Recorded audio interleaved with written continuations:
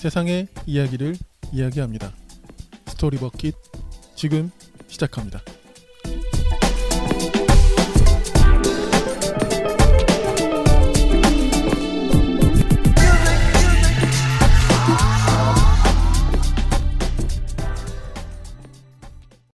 네, 안녕하세요. 붉은핀입니다. 지난주는 저희 스토리버킷에 새롭게 합류하신 혜이님을 소개하는 시간이었고요. 오늘부터 이제 책 이야기를 좀 시작해 볼까 합니다. 그래서 오늘 제이님과 혜이님 모셨습니다. 안녕하세요. 안녕하세요. 안녕하세요. 네, 청취자분들께 인사 부탁드립니다. 누구부터요? 저부터요? 네, 안녕하세요. 이사하고 더위 타기 시작한 제이입니다. 아, 이사하셨어요? 네. 아, 그러시구나. 이사했는데 네. 좋아요. 근데 더위를 저 더위 잘 타가지고. 아, 그렇습니까? 네, 죄송합니다. 네, 그래서 혜이님도 인사 일단 먼저 해주시죠. 아, 네, 안녕하세요. 근황 나눠야 되나요? 아니요, 그런 건 아닙니다. 마음대로 하시면 돼요. 네, 마음대로 편하게 그냥 이제 처음에 시작을 알리는 인사라서. 아, 네. 그렇구나. 진짜 여러 가지로 엄청 바쁜 5월을 보내고 네. 뭐 바쁘기도 하고 뭐 여행도 갔다 오고 제주도 갔다 왔어요. 오. 네. 제주 어느 쪽 가셨어요? 아, 저는 그 약간 지역보다는 좀 콘텐츠 중심으로. 아. 네, 어떤 컨텐츠? 궁금하다. 제주도 컨텐츠로 여행 갔다는 거 처음 들어봐. 애월 표선 막 이런 얘기 하시는데 저 패턴이 평범하지 않아. 중심으로 일단은 그 추사 김정희 세한도가 178년 만에 제주도로 다시 와가지고 제주에서 그리신 그림이거든요. 그래서 그거 귀환해가지고 국립제주박물관에 전시 중이었거든요. 지금 끝났어요. 그래서 그거 너무 보고 싶어서 네, 그거 보고 그리고 종달리라고 거기서 해녀의 부엌이라는 연극이 있어요. 알아요. 해녀분들이 직접 네. 나오세요. 아, 진짜 시작할 때부터 엉엉 울기 시작해가지고 1935년생 해녀분이 직접 나오시거든요. 본인의 이야기 연극으로 하시고 인터뷰하시고 직접 밥상을 차려주세요. 해녀분들이. 그게 그 연극과 밥상이 하나의 그 콘텐츠예요. 그렇죠. 그러니까 연극을 보면서 해녀의 삶을 보고 그 다음에 네, 식사도 그다음에 있고. 4D 연극인가요? 그러면? 아니, 다 같이 식당이 그러니까요. 있어요. 그래서 식탁이 이렇게 디귿자로 있어요. 연극이 일부가 끝난 특이하다. 다음에 종달리 해녀분들이 밥을 그 산지 바로 하신 걸로 진짜 맛있어요. 그래서 밥을 먹고 되게 나서 유명해요. 해녀분의 인터뷰를 듣고 끝. 유명하다고 네. 몰랐는데. 해녀의 부엌. 아, 그렇군요. 네, 뭐 이런 거. 콘텐츠 중심으로. 네. 새로운 접근인데. 네. 그러니까 추사 김정희의 그 돌아온 그림인가요? 세한도. 세한도? 네. 그거 보러 가신다고 벌써부터 되게 좀 저랑은 뭔가 좀 거리가 있어요. 아우라가 다른. 추사 김정희 뭐 이렇게 알긴 아는데 잘 모르니까. 아, 그렇죠. 근데 이제 저도 특이하게 갔다고 생각했는데 더 특이하게 가셔가지고. 아, 근데 멋지잖아요. 맞아요. 저희 같으면 가서 이제 식당 투어나 하려고 그러고 저는 이제 그렇거든요. 맛집을 찾냐 못 찾냐가 그 여행에 굉장히 관건이고. 중요하죠. 네, 그렇군요. 저도 특이하게 한번 갔다 왔었어요, 제주도. 이야기하고 싶으세요? 네. 네, 해주세요. 저는 제주 4.3을 테마로 여행 간다고 한 게 제주도의 첫 여행이니까 애들이 다 약간 놀라더라고요. 제주도 처음 간다고 하니까 와, 어디 놀러 가 했는데 제주 4.3 중심 지역을 그것도 뚜벅이로 갈 거야 해가지고 그때 되게 잘 다녀왔었어요, 저도. 근데 컨텐츠로는 생각을 못했네요. 제가 볼 땐 두 분이 비슷하신 것 같아요. 아, 근데 뭐 아니, 저는 그 생각을 정도는 못했다고 하시지만 나중에 해봐야지. 네, 알겠습니다. 이제 저희가 이제 3인 진행으로 이제 바뀌면서 이제 구성을 좀 바꿔봤는데요. 원래 매월 초에 그 에피소드를 제이님이 크리에이션으로 이제 좀 채워주셨는데, 요걸 좀 코너 내 코너처럼 녹이기로 했습니다. 일단은 또 해보면서 저희가 또 바뀔 수도 있는데, 약간 구성이 맨 앞에 좀 그 한 꼭지씩 큐레이션을 부탁드렸어요. 그래서 이번에 좀 오늘 좀 소개해주실 책들 어떤 건가요? 네. 그래서 코너 속 코너로 짧게 아마 오늘 주로 다룰 책과 이어진다고 저 혼자 생각한 책들을 가져와 봤는데 사실 그냥 가져오고 싶은 책 가져왔어요. 네. 근데 네. 그래서 한 3-4권 정도 가져왔는데 짧게 한번 소개해보자면 약간 이 책들을 가져온 주요 테마는 불편해도 좀 들으세요 추천도서입니다. 그러니까 불편할 수 있어요. 근데 좀 제발 이 정도는 아는 게 도리다 라고 생각해서 가져왔지만 그래도 나름 너무 진지한 책 가져오려다가 오늘 소개할 책이 캐주얼한 매운맛이기 때문에 거기에 맞춰서 제 나름으로는 재밌다고 생각한 책들을 가져왔습니다. 그래서 첫 번째로 가져온 책은 이거는 진짜 제일 좋아 이 중에서. 왜냐면 최근에 제가 읽었고 책을 가져오셨네요. 네, 이건 얇아서 가져왔습니다. 발음도 안 나. 가부장제 깨부수기라는 책입니다. 진짜로 제목이 이렇고요. 근데 그래픽 노블이에요. 그래서 만화책으로 생각하시면 되는데 아르테 출판사에서 나왔고요. 그리고 이거 좀 특이한 게 무려 권김현영 선생님이 추천도 하시고 해제 글도 쓰셨어요. 그래픽 노블인데. 그래서 이 내용은 이 책은 페미니즘 도서로도 생각할 수 있고요. 그리고 특별히 가부장제가 얼마나 잘못됐는가, 그리고 이 주장들이 여성 인권이나 어떻게 보면 성차별적인 발언들이 역사적으로 얼마나 오래됐는가를 되게 재밌는 만화로서 풀어냈는데, 이 책의 묘미는 여성 비하 발언한 모든 역사 인물들 다 데려와요. 그래서 소크라테스, 아리스토텔레스 당연히 데려오고 사도 바울 막 이런 사람들 데려와서 이 사람들이 했던 망언들을 다 알려줘요. 그러니까 그래픽 노블인데 재미가 있는데 왜 재밌냐면 진짜 이런 말을 그 사람이 했어? 라고 할 말을 했거든요. 그걸 다 가져와서 여자는 가축이다 막 이런 말을 한 유명한 막 철학자들 다 데려와서 인류사가 이 모양이었다를 재밌게 보여줍니다. 그리고 책의 마지막에서는 물론 중간에는 여성 인권 또는 이제 성에 대해서 좀 제대로 된 발언을 한 여성들의 발언들도 모아져서 소개를 하지만 마지막이 제일 재밌는데 마지막에는 이제 성차별 최악의 이제 성차별주의자 해가지고 여기 수상도 하는데 수상식도 있는 아주 재밌는 그래픽 노블입니다. 그래서 이건 얇아요. 읽는데 한 30분 40분이면 충분히 읽을 수 있는데 생각보다 묵직한 역사적 팩트에 기반했기 때문에 이 책 재밌습니다. 그래서 가져와 봤습니다. 가부장제 깨부수기. 그리고 원래 이 책이 외서기 때문에 원제도 비슷해요. 가부장제 무너뜨리는 자 이렇게 돼 있어가지고 이 책이 아마 좀 캐주얼하게 하지만 유익하게 읽을 수 있을 것 같아서 가져왔습니다. 오늘 다룰 책하고 연결 많이 쓰셨네. 그렇죠. 신경 많이 쓰셨네. 신경 많이 써야죠. 근데 이 책 진짜 재밌는데 아프다. 내가 좋아하는 사람도 나와. 네. 루터 좋아하는데 이제 루터의 막말 이런 것도 많이 나오고 네 그렇습니다. 가부장제 깨부수기. 네. 1위가 아리스토텔레스가 1위가 아리스토텔레스요? 네. 그 이유도 나옵니다. 이거 나름 관점이 있어요. 네, 그래서 이거 되게 재밌고 발언들을 모아놓은 느낌이라는 게 약간 백과사전 느낌이 날 정도예요. 이 사람이 이런 망언을 했구나. 그러니까 또 고대에 또 빠은 소리들이 워낙 많아서. 네. 오랜만에 듣는 표현. 네. 빠은 소리. 너무 옛날 사람. 그 책을 가져와 봤고요. 네. 이 책 재밌습니다. 네. 그리고 부제도 명확합니다. 성차별의 역사와 여성의 투쟁이라고 되어 있기 때문에 페미니즘에 대해서 궁금하시거나 누군가 페미니즘 공격할 때 답변이 좀 애매하거나 그냥 성차별에 대해서 역사적으로 알고 싶으신 분이 너무 묵직한 책 처음부터 고르시지 말고 이 책으로 해도 괜찮을 만큼 알차다. 그래서 가져왔습니다. 그러니까요. 또 그래픽 노블이고 하니까. 네. 그렇군요. 네, 두 번째 책은요? 네, 두 번째 책은 사심 가득해서 가져온 책입니다. 약간 이 책은 오늘 다룰 이런 얘기 하지 말까랑 이어지는 느낌이 들어서 가져왔는데 제가 너무 좋아하는 은유 작가님 책 가져왔습니다.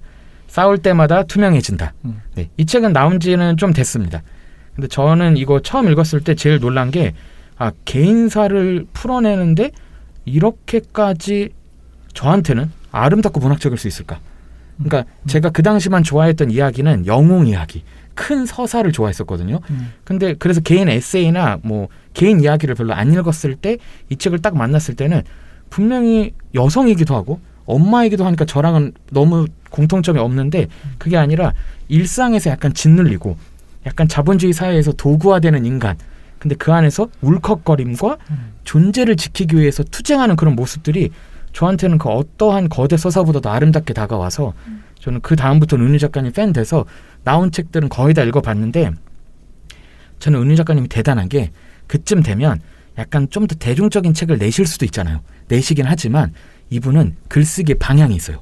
그래서 그게 좀 잘 알려지지 않고 들려지지 않는 사람들에 대한 인터뷰집을 계속 내세요. 그래서 저는 그런 측면에서는 은유 작가님은 지금도 제 마음속에 큰 선생님으로 모시고 있어서 이 책도 결국에는 여성이 그리고 엄마가 또는 사회에서 그런 역할 때문에 이제 자기의 어떻게 보면 개인이 짓눌린 사람들에 대한 이야기로서 잘 읽을 수 있어서 가져와 봤고 최근에는 크게 그린 사람이라고 해가지고 18명의 인터뷰집이 나왔습니다. 이건 신간이고요. 은유 작가님 책인데 여기서는 인권 기록 활동가부터 고 김영균의 어머님 그리고 시와 가수 나오시고 수진신 작가님도 나오셔가지고 이들이 어떻게 다양하게 사람들과 서로 연결하려고 하고 또는 낮은 자리에서 어떻게 자기 역할들을 했는지를 담아내서 이 책은 너무 좋아요. 그래서 어떤 분들의 글은 되게 세요.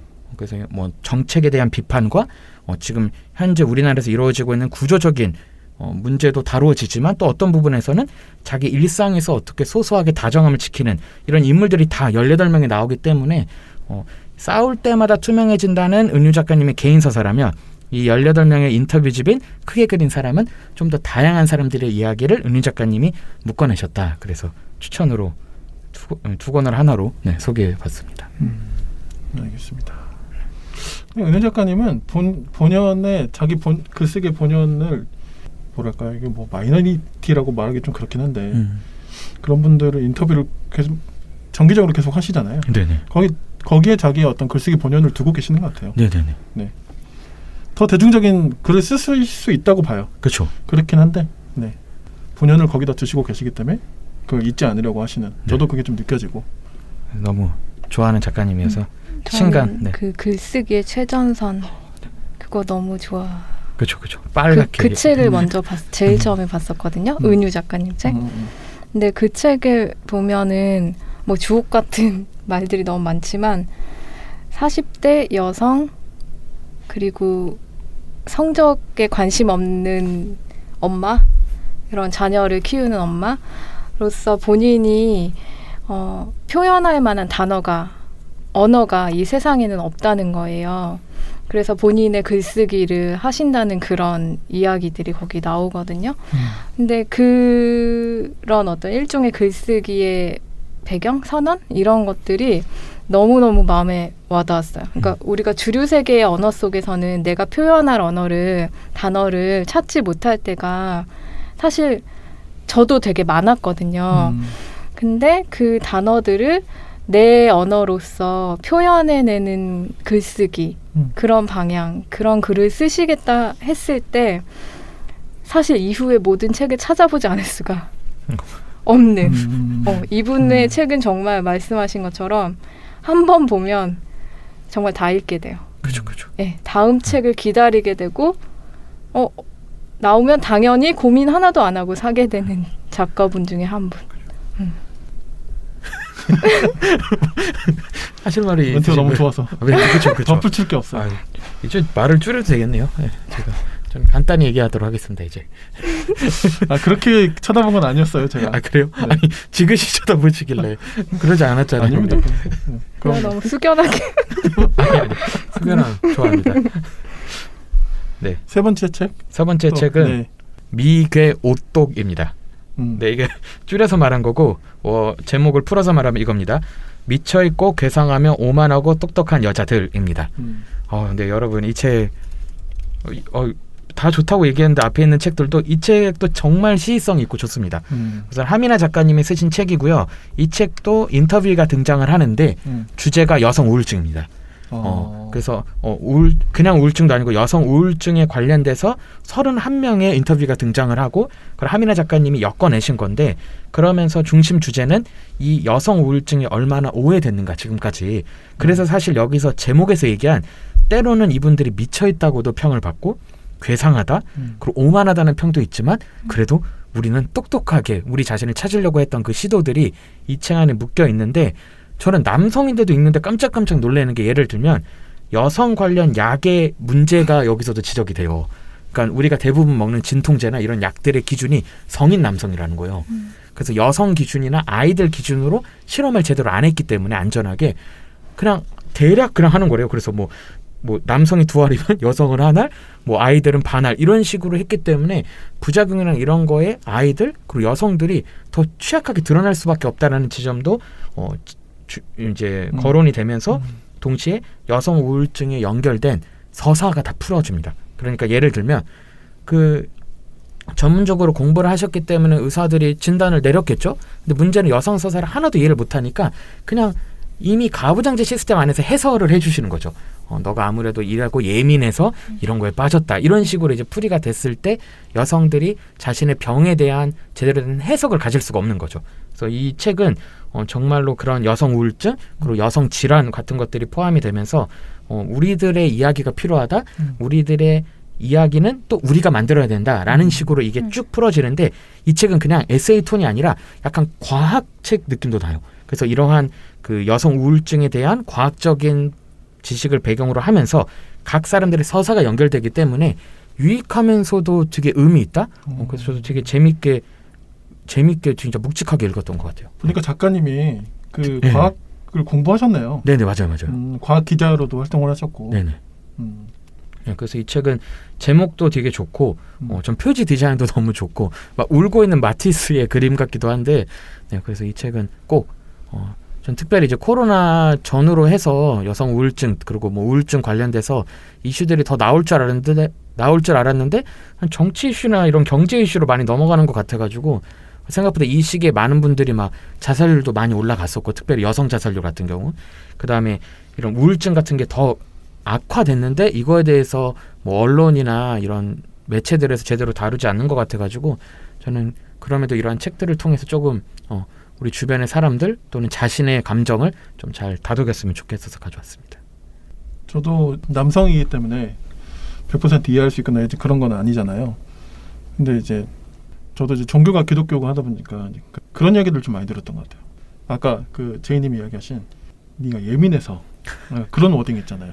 그러니까 이게 굉장히 그 사람을 위한 말인 것처럼 이 사람은 이야기하는데 실은 듣는 입장에서는 그게 굉장히 공격받는 자신을 탓하게 만드는 그런 워딩들이 이런 여성 우울증을 뭐 이렇게 진단하고 또 대화를 나누는 사람들이 가지는 가장 큰 실수였지 않나 그런 생각이 들고 교회 안에서는 주로 이런 대화를 나눌 때 좀 마음을 편하게 먹고 내려놓고 뭘 내려놓기는 무슨 그런 이야기를 좀 많이 하지 않았나 안 했나. 좀 참으라는 얘기를 그러니까요. 사실 많이 하고 저도 트위터에서 이 책에 대한 이야기는 익히 많이 들었으나 저 같은 경우는 선뜻 읽기가 너무 두려운 거예요. 그럴 수 있죠.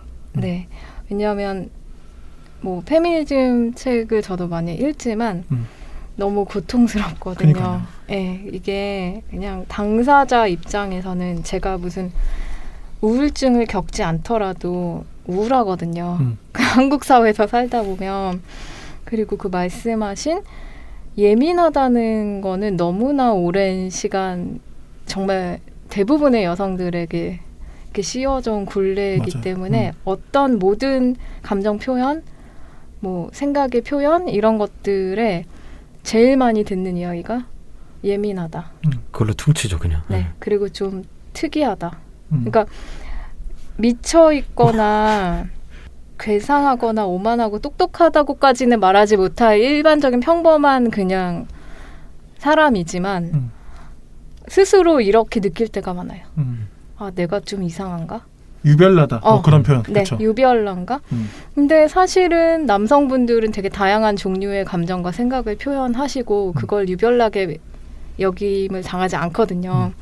근데 조금의 다른 감정 표현과 심지어 이것도 언제 얘기한 것 같은데 웃지 않고 있으면 왜 웃지 않고 있는지에 대한 의문을 표현해요. 주변의 사람들이 무슨 일이 있냐. 아무 일 없는데요.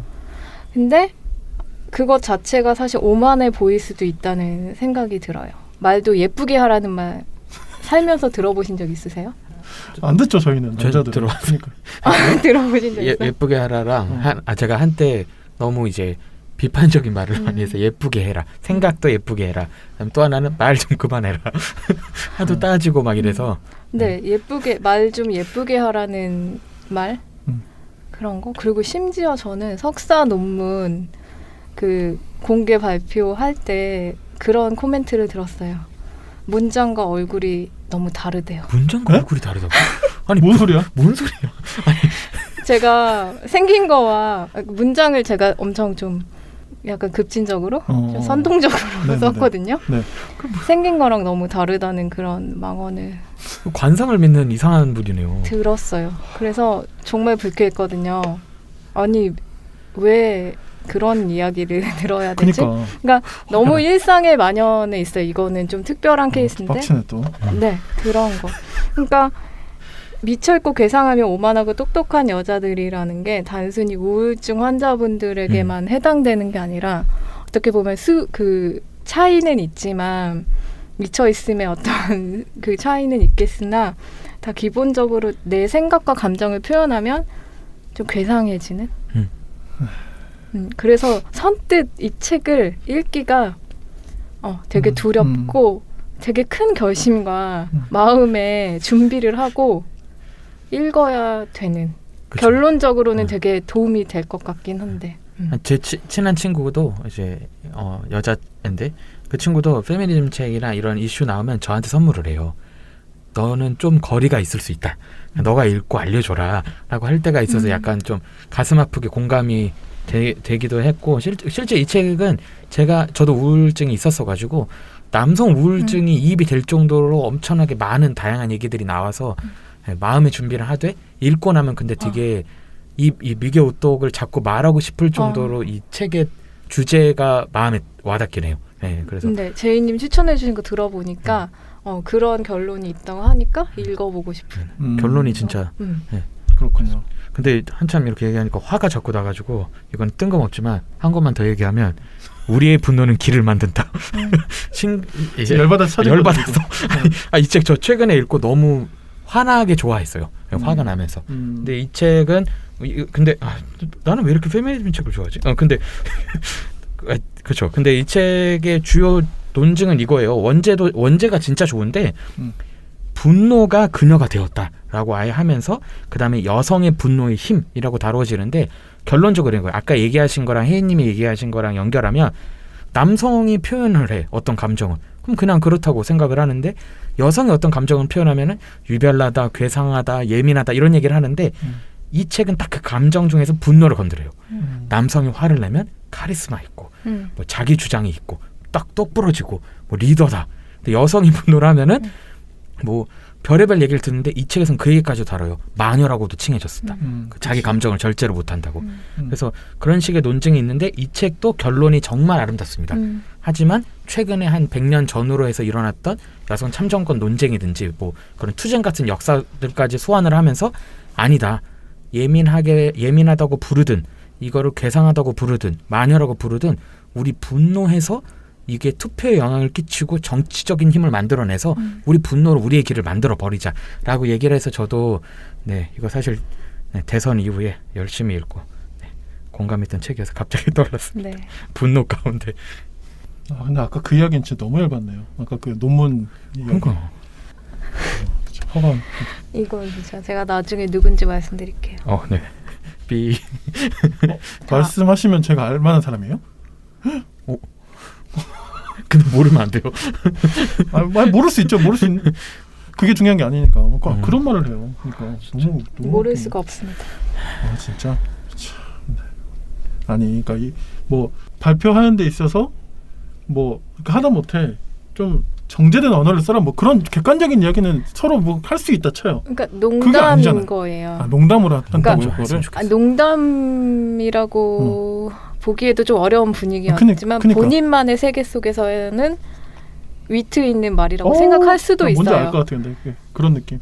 네, 아무도 웃진 늘 않지만 그렇게 살아온 거죠. 그렇죠. 네. 아무도 신경 안 쓰는 거예요. 그리고 그때만 사람들. 그런 게 아니라 강의실에서도 그런 식의 멘트는 그러겠죠? 많았으니까. 그러니까. 그 맥락 속에서 거기서도 그런 말씀을 하신 거죠. 그러니까 저도 이런 이야기를 들으면 들을수록 대놓고 이제 누가 계속 이야기해야 돼요. 뭐라 하고. 그렇죠. 그렇지를 않으니까 이 사람이 이제 제어를 안 한 거잖아요. 맞아요. 네.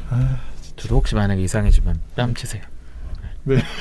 이상한 굳이? 발언, 빠한 말을 하면 네. 제 친구들한테 부탁을 했어요.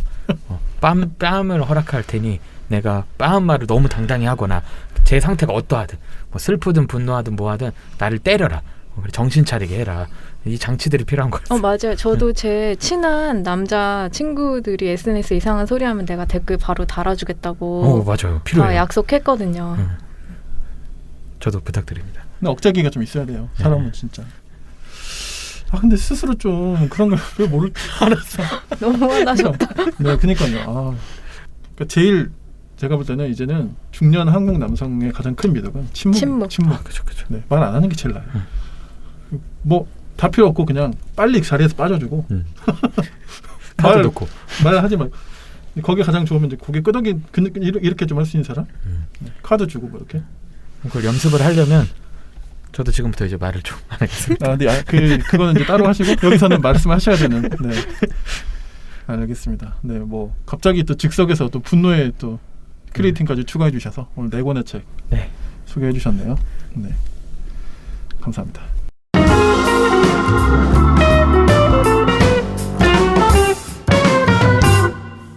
자, 이제 오늘 저희가 다룰 책은 혜인님께서 이제 골라주신 책인데요.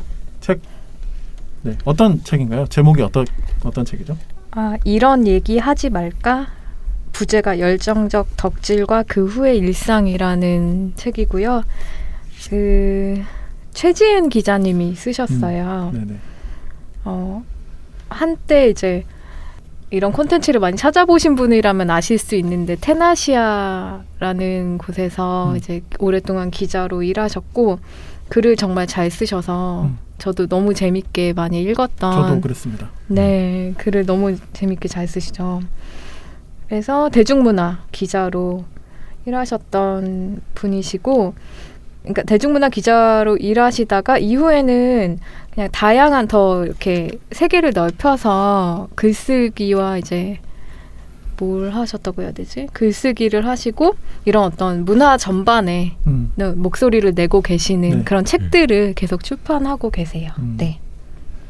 그래서 첫 책이 제가 기억하기로는 괜찮지 않습니다. 네네. 라는 책 쓰셨고 엄마는 되지 않기로 했습니다. 이렇게 쓰셨고 근데 최근에 아마 이게 작년에 나왔었던 것 같은데 이런 얘기 하지 말까까지 이렇게 책이 나왔고요. 그리고 먼저 공저로 또 쓰신 책들 중에 을들의 당나귀, 페미니즘 교실, 나의 복숭아 뭐 이런 책들이 좀 있습니다. 이 책은 그러면 어떻게 좀 골라주셨나요?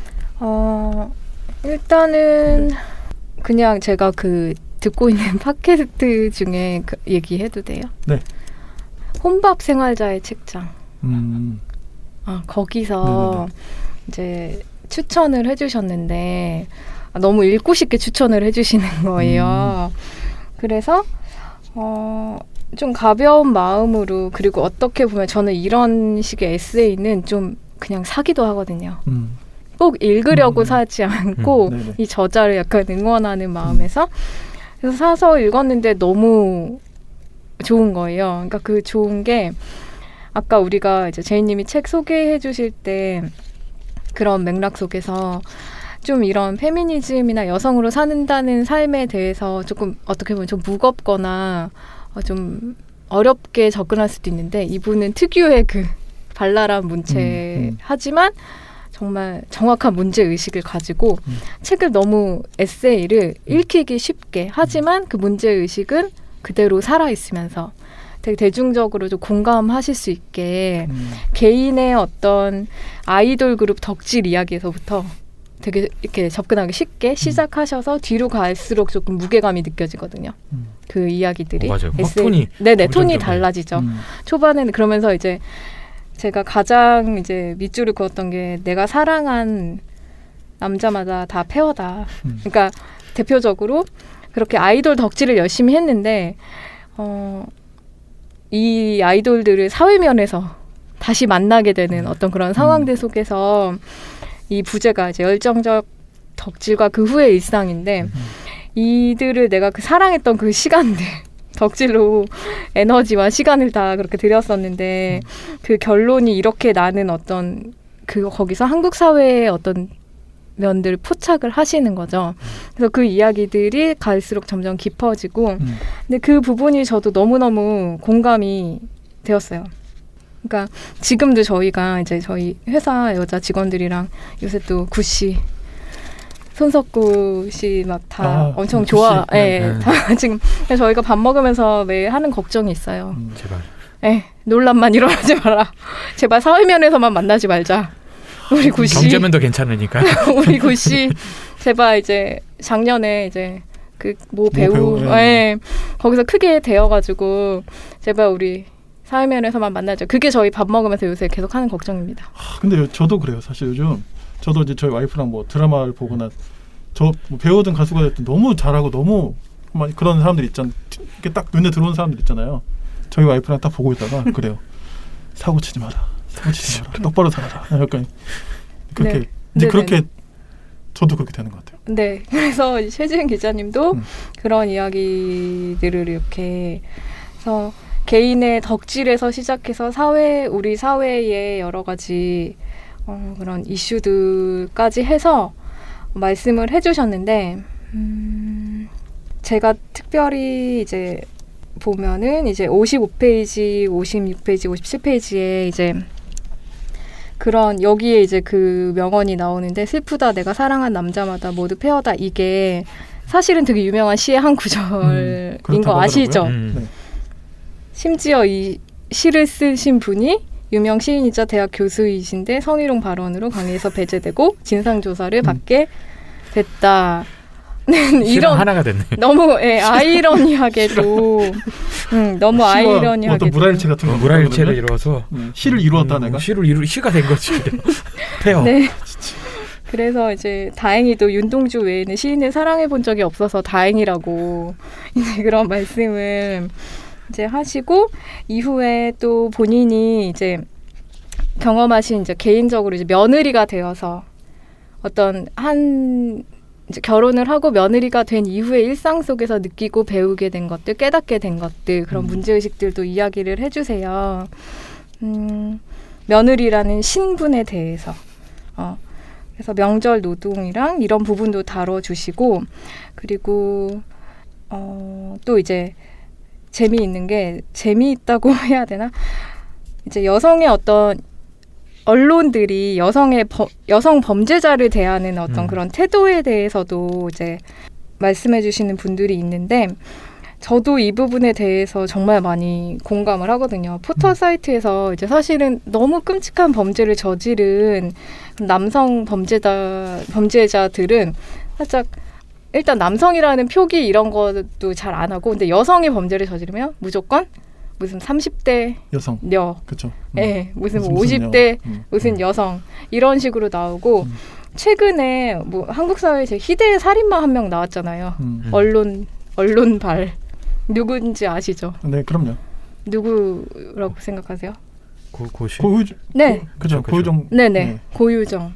그래서 저는 뭐 고유정을 옹호한다거나 그런 그렇죠. 게 전혀 아니고, 근데 훨씬 더 끔찍한 범죄를 저지른 남성 범죄자들이 굉장히 많은데 언론이 그 범죄자 다루는 태도가 너무 다른 거죠.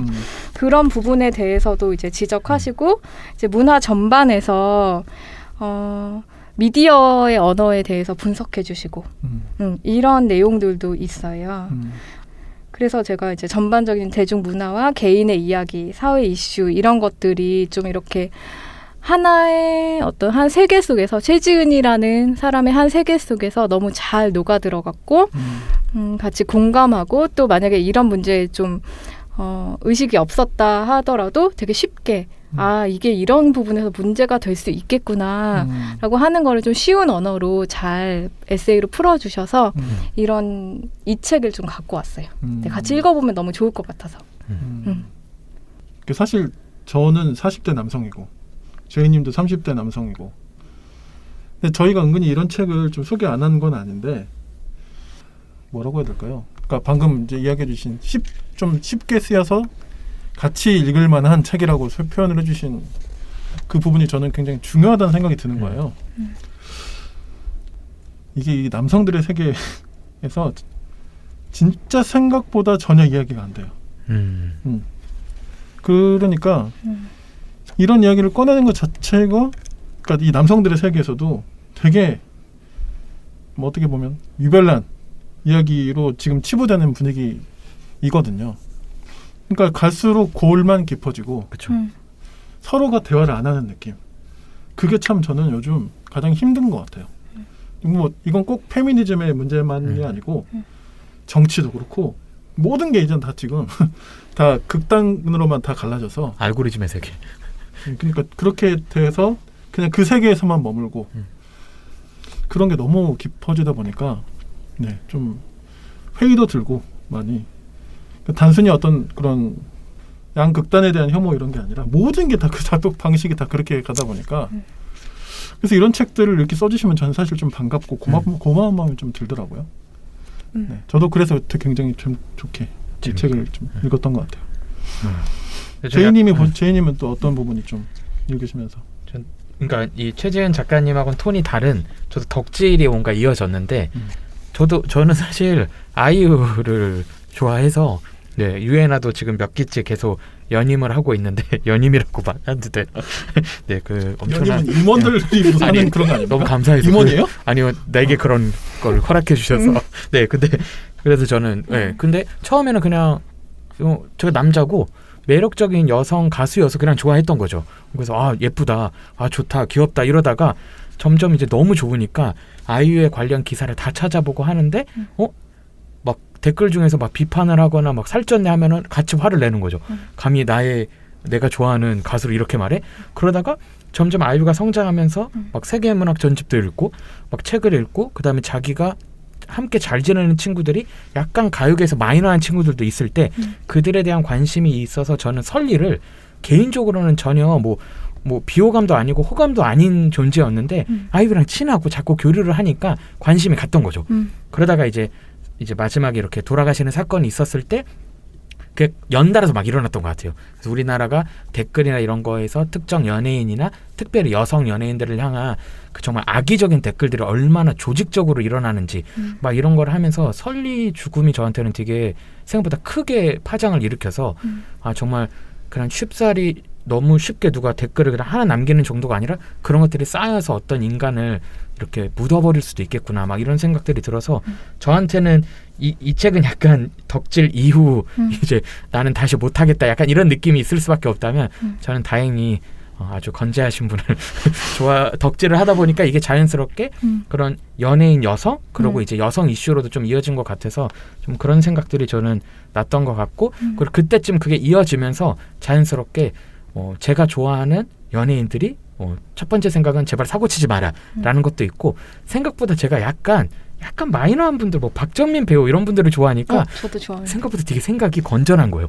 따라 하다 보니까 저도 좋은 의미로 덕질을 하다가 그분들을 따라하게 된 게 있어서 좀 그런 의미에서 아직 그들이 폐허는 아니어서 참 다행이고 근데 이제 거꾸로 그런 나의 소중한 가수나 뭐 배우분들을 함부로 대하는 사람들 뭐 최근에는 제재님에 대한 악성 댓글 막 이런 이슈들이 있었는데 그럴 때 좀 역으로 그들을 공격하고 신고하고 내가 막 그 네이버 신고할 수 있잖아요 댓글 그런 걸로 활동을 하게 됨으로써 저는 이게 다른 방식으로도 읽혀져서 재밌었어요. 예.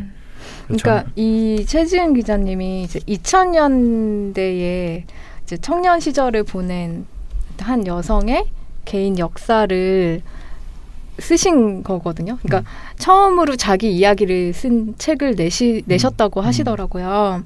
근데 이제 저는 그 지점에서도 이 책이 너무 반가웠던 거예요. 우리는 한 60대 이상이 된 남성분들의 어떤 회고 이런 종류의 책을 사실은 많이 보게 되고 평전 같은 것도 그렇고 그런데 이제 40대 초반이 되셔서 지난 20년 동안의 자기의 삶을 이제 회고한 어떤 이런 청년 시절을 보낸 그런 이야기들을 쓰셨다는 게 어떤 여성의 글쓰기, 말하기 측면에서도 너무 의미가 있는 거예요. 그래서 이런 목소리들이 책으로 더 많이 나왔으면 좋겠고 그거에 너무 유쾌하면서도 진중한 그런 좋은 예를 이 책이 보여주고 있다는 생각이 들거든요. 그래서 이런 책을 읽으면 아까 아까라고 해도 되나? 네. 그 추천해 주신 책을 읽으면 너무 고통스러운데 이런 책은 한편으로 너무 힘이 되면서도 나도 내 이야기를 더 말할 수 있겠다. 이런 화법으로도 이런 깊은 주제를 얘기할 수 있구나. 그리고 내 개인의 이야기가 얼마나 사회와 결부가 되어 있는지에 대한 그런 관점을 열어주는 너무 좋은 책인 거예요. 그래서 이런 책을 읽으면 되게 어떤 종류의 힘이 나냐면 내 이야기를 좀 더 이렇게 잘 들여다볼 수 있는 용기? 그리고 그걸 글 같은 걸로 표현해보고 싶다는 그런 좀 힘? 열망? 이런 거를 주는 책인 거예요. 그래서 단순히 재밌고 잘 쓰셨다 이런 걸 넘어서서 나도 한번 이런 이야기들을 좀 적어볼까? 써볼까? 목소리를 내볼까? 그런 메시지를 주는 그런 책이라는 게 저는 이 책이 너무 좋은 지점이라고 생각해요. 그렇죠. 그러니까 단순히 이제 어쨌든 이 어떤 페미니즘과 관련돼서는 분노할 일들이 워낙 많다 보니까 그런 걸 상기시켜주는 책들은 굉장히 많은데 내 얘기도 나도 좀 내 얘기를 꺼내볼까라고 만들게 하는 그 지점은 네. 진짜 쉽지 않은 지점이라는 생각이 드네요. 맞아요. 그래서 예전에 최민석 소설가 좋아하는데 그분이 본인은 어떤 대작을 쓰기보다는 누군가 내 소설을 읽고 나도 소설 한번 써볼 수 있겠는데? 라고 하는 작품을 쓰고 싶다는 말씀을 하신 걸 제가 팟캐스트에서 들은 적이 있어요. 근데 그게 너무 지금도 잊혀지지가 않아요. 너무 겸손하다는 생각과 너무 고맙다? 그리고 너무 아름답다? 이런 느낌이 드는 거예요. 그러니까 나는 어떤 대작을 쓰고 이런 거보다는 내가 소설을 쉽게 쓰시진 않았겠지만 내 소설을 누군가 읽고 난 범접할 수 없는 세계야. 막 이런 경외감을 느끼는 게 아니라 내 책을 읽고 나도 소설을 써볼 수 있겠다. 라고 생각하는 글을 쓴다는 게 쉬운 일은 전 아니라고 생각하거든요.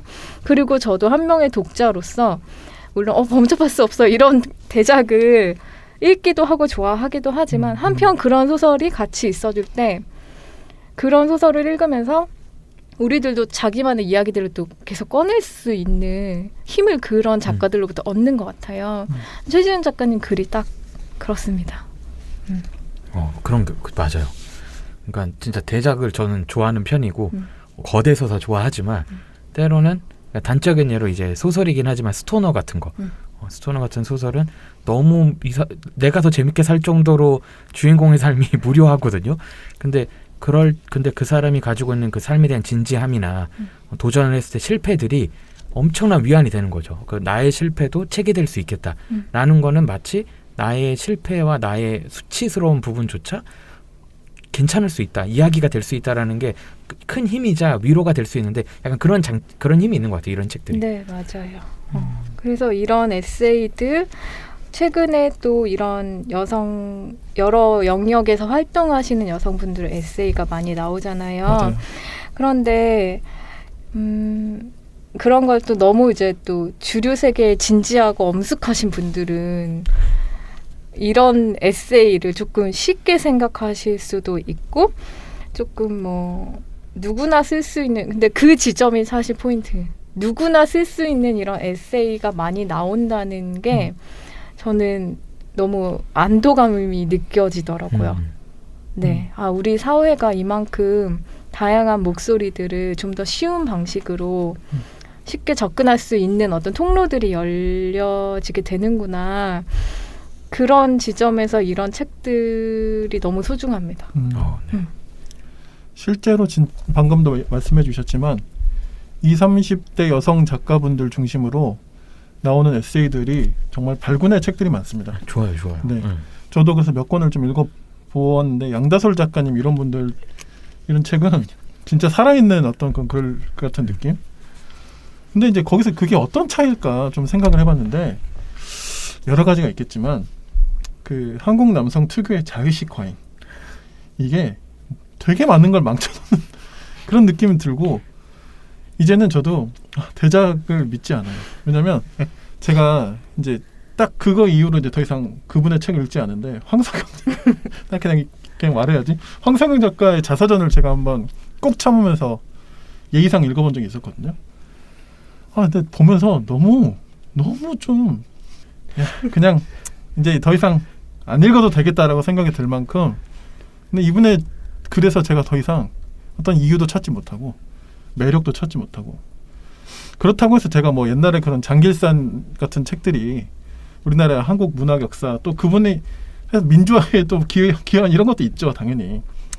그것까지 제가 폄하하자는 건 아닌데 2022년인데 굳이 지금 와서 또 황석영을 읽을 필요가 있을까, 그 생각이 들더라고요. 요즘 하여튼 저는 그런 에세이들이 참 좋은 것 같습니다. 저도. 읽을 책이 많아서 이미 인기를 많이 누리신 분들은 보내드려도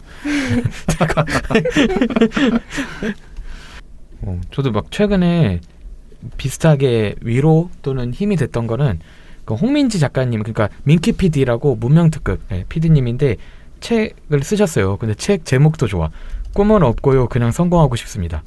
그래서 저는 진짜 이런 서사를 좋아하는 것 같아요. 그래서 뭐 여러 가지 다양한 서사들이 존재할 수 있지만 그냥 좀 부자 되고 싶고 우리 좀 누릴 거 누리고 싶고 행복하게 살아보고 싶다, 이런 얘기를 좀 당당히 하면서도, 근데 저는 이제 문명특급의 그런 가치관도 좋아하거든요. 그래서 아이들한테 뭐 애교 피우라는 거 절대 요구하지 않고 예의를 지키면서 전문직으로서 인정을 해주잖아요, 프로페셔널로서. 그래서 그런 것들이 되게 위안이자 약간 닮고 싶은 나의 동년배 약간 이런 느낌이 들어서 확실히 그게 저도 에세이의 힘이자 약간 매력이지 않을까 생각이 들어요.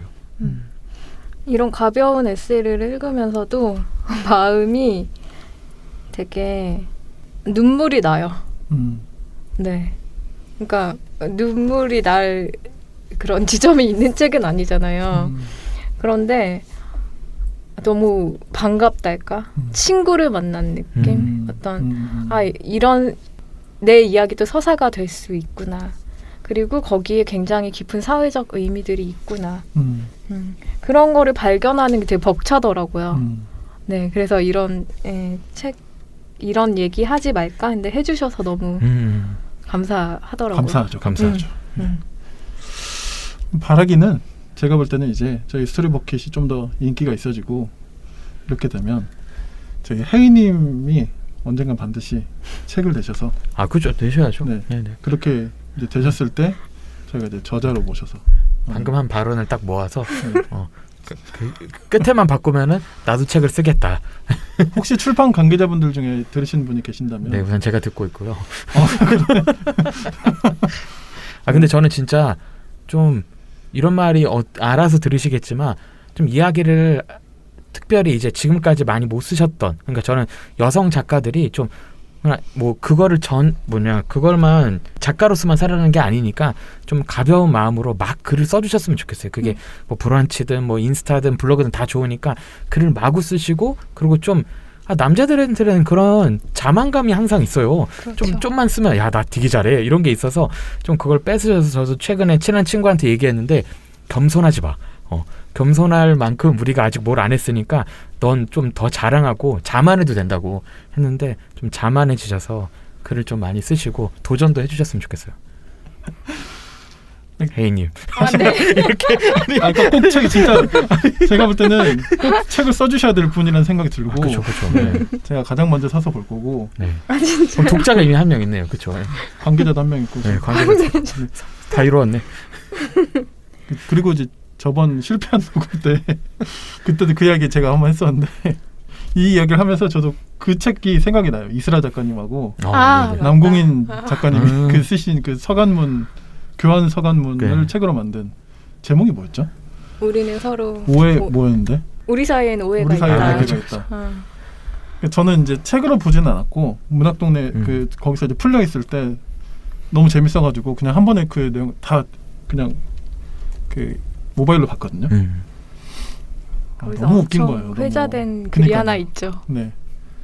마지막에 어떤 부분을 혹시 말씀하시려는? 아니, 그 엄청 회자된 그 연재 글 중에 이슬아 작가님이 퍼센트 내면서 네. 그거 말씀하시는 거죠. 네. 저도 그거 이야기하고 싶었는데 사실 남궁인 작가님 정도면 그런 어떤 감수성이 뒤처진다거나 그런 분이 아니잖아요. 꼰대도 아니고.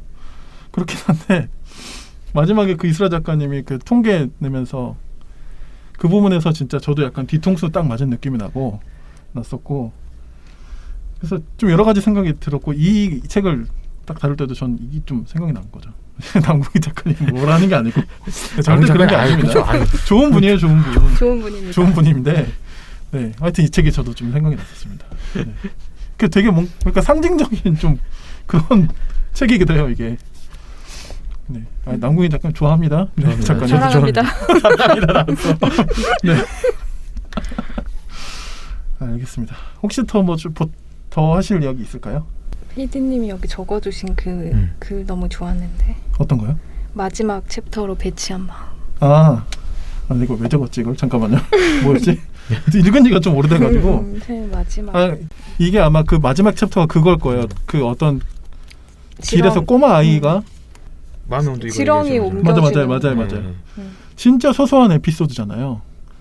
진짜 그냥 어떻게 보면 이걸 가지고 어떤 글을 쓸 수도 있을까라고 싶을 정도로 너무 소소한데 이 글을 가장 마지막에 배치한 그 마음이 좀 저는 되게 좋았다는 생각이 들더라고요. 그러니까 아까도 제가 좀 그런 취지의 이야기를 한 것 같은데 너무 서로 지금 대치만 하고 있으니까 서로가 한 발 물러서서 좀 숙고도 필요한 것 같고 상대방을 최대한 이해하려는 마음을 이게 너무 상실된 것 같은 거죠. 그래서 그러니까 이렇게 다가와주는 마음이 좀 고마운 거죠. 아까도 한 이야기이긴 하네요. 네. 그리고 마지막에 그리고라고 딱 끝나잖아요. 그 부분도 좀 그렇고. 네. 에필로그에서. 그 에필로그였네요. 다음 분도 자기 이야기를 쓰시라는 거겠죠. 여기 채널 S에 보면 이렇게 이야기하시더라고요. 질문하시는 분이 책의 마지막 문장이 재밌어요. 문장이 완결되지 않은 채 그리고라는 접속사로 끝나는데요. 그리고 다음에 어떤 내용이 이어질까요? 라고 이제 물어보니까 작가님이 뭐라고 하시냐면 별로 중요하지 않은 이 이야기가 독자에게 어떤 의미와 재미를 줄 수 있을지 계속 의심하면서 썼다고 했잖아요. 책을 내고 나서 별것 아닌 것 같은 이야기를 재미있게 읽어주고 공감하는 분들이 있다는 걸 알게 됐고요. 이제는 조금 제 글을 믿을 수 있게 된 것 같아요. 그래서 앞으로도 편한 마음으로 더 별것 아닌 이야기를 할 것 같아요. 이렇게 이야기를 해주셨습니다. 그러니까 혜인님이 이야기해 주신 거랑 굉장히 통하는 이야기 같아요. 누구도 글을 쓸 수 있고 자기 이야기를 할 수 있고 스스로에게 또 하는 다짐이기도 하고 누군가에게 읽는 분들에게 건네는 약간 그런 것 같기도 하고 역시 책을 같이 보고 이야기할 때 좀 이렇게 많이 뭐라 그러지? 제일 중요한 말을 뭐지? 많이 하여튼 책 모임이 좋다 그런 이야기인데요. 그쵸. 네.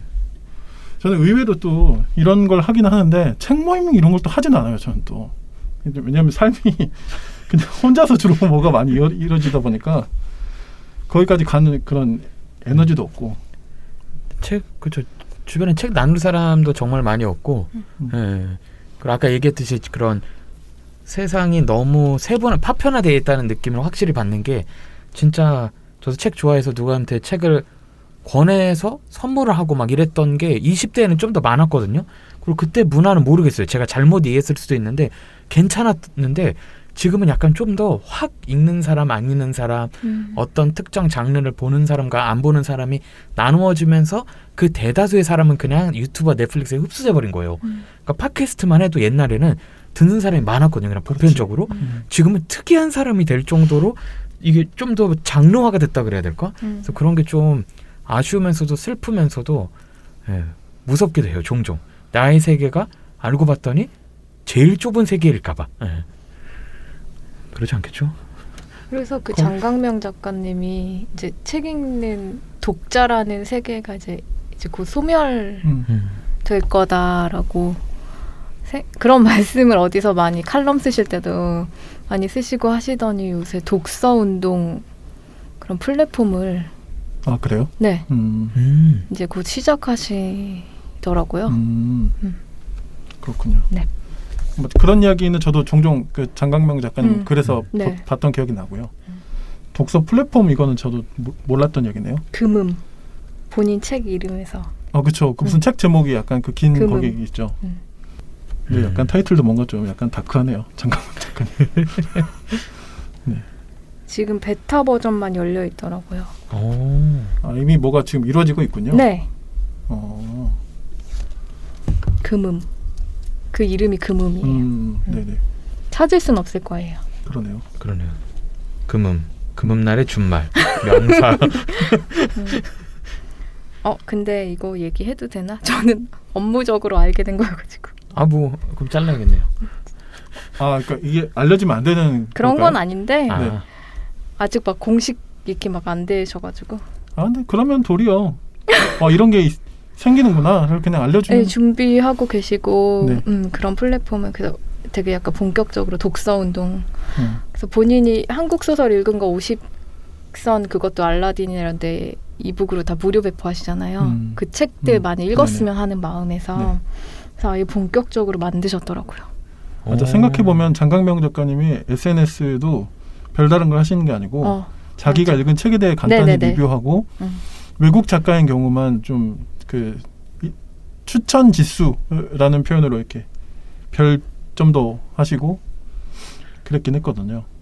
근데 이거 플랫폼은 있는 것 같아요. 지식 공동체 금음은 들어갈 수는 있어요. 근데 네. 장강명은 안 떠요. 네네네. 네. 네. 멋있다.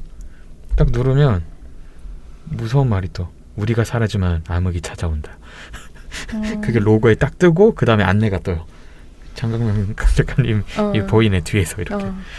근데 진짜 다시 돌아오면 좀 그래서 저는 책을 통해서 좀 이거 최근에 얘기했던 책 이름인데 소란스러운 동행과 동거와 대화가 필요하다. 지금 너무 동떨어져 있어서 저도 최근에 20대 친하게 지냈던 친구랑 얘기하다 깜짝 놀란 게 제가 너무 싫어하는 가치관을 다 갖고 있는 거예요. 근데 그 친구가 안 그랬거든요. 그래가지고 그거를 고민하다가 얘기하다가 제가 딱 지적했어요. 너 우리 그때 이 정도까지는 얘기를 했을 때 통했다. 어떤 특정 이슈에 대해서. 근데 너 이렇게 된 거 난 우리가 얘기했던 가치랑 너무 틀린 것 같다 라고 얘기를 해서 한참 막 4-5시간 넘게 얘기했는데 결론이 되게 슬프면서 다행이었던 건 그 친구가 그 이후로 이런 대화를 한 적이 없대요. 자기가 뭔 얘기를 하면 다 비슷한 사람들만 있고 그러니까 또는 자기가 어떤 얘기를 하고 싶어도 다른 사람들 얘기랑 너무 다르면 그 자기 주변에 있는 사람들과 비슷한 얘기로 튠이 돼 있으니까 가벼운 얘기만 하는 거죠. 그러니까 뭐 주식 얘기가 악이라는 건 아닌데 그럼 모든 인간들이 자기 주변에는 주식 얘기를 한 30분 정도 매일 하고 10분 정도 누구 흉보고 이 대화와 가치들로 자기가 몇 년 동안 그걸 흡수하니까 정신 차려보니까 그 가치관이 돼 있는 거죠. 그냥 바라만 한 게 아니라. 그래서 좀 가서 친구들하고 얘기를 해야겠네요. 녹음 끝나면. 네, 이런 게 좀 더 알려졌으면 좋겠어요. 좋은 의미로. 이 팟캐스트도 그런 역할을 하는 것 중에 하나라고 볼 수 있겠죠? 네, 믿습니다. 믿습니다. 믿는다고요? 감사합니다. 네, 오늘 저희 3인 체제로 첫 번째로 다룬 책은 최지은 작가님의 이런 얘기 하지 말까라는 이 책을 가지고 오늘 이야기 나눴고요. 하다 보니까 또 여러 이야기가 나와서 참 좋네요. 네, 역시 책을 가지고 이야기하면 참 좋은 것 같습니다. 네, 오늘은 그럼 이 정도로 저희가 마무리를 하도록 하고 다음에 또 다른 책으로 저희 또 찾아오도록 하겠습니다. 오늘 수고 많으셨습니다. 네, 감사합니다. 수고 많으셨습니다. 감사합니다.